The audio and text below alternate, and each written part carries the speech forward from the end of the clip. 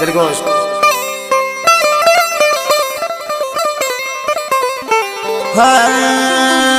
شپورو گری وگنی کارن کنین را باوتی زاری چوتن دو شملی کسماتا نکو باختا منی یاری شپورو گری وگنی کارن کنین را باوتی زاری چوتن دو شملی کسماتا نکو باختا منی یاری فرمایش خاص कराया غمخوار सुनिए वही एक संगत पेश छागी शीरपुर दिलसोज बलोच है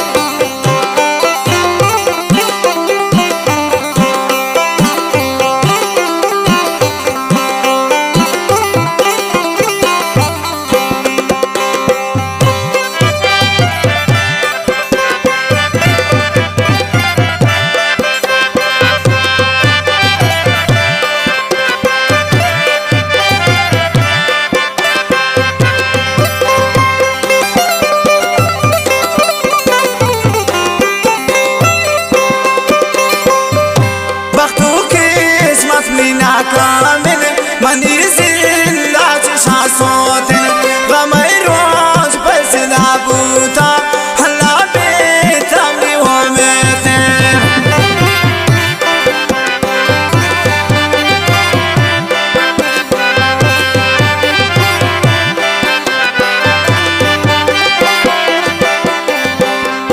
بختو که اسمت نینا کامل منی زنده چشا سوتن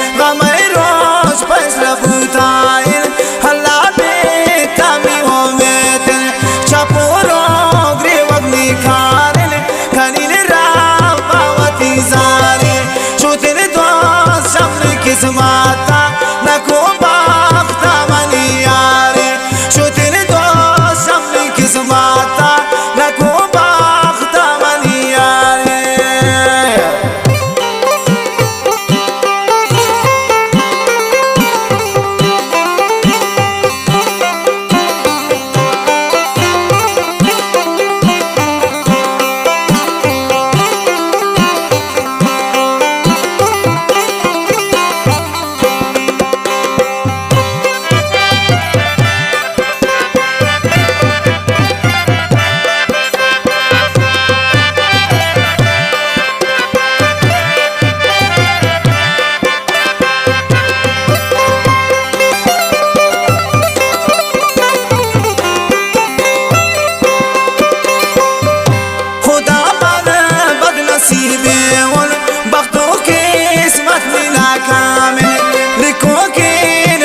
تقديرا بهر خوشي بأكان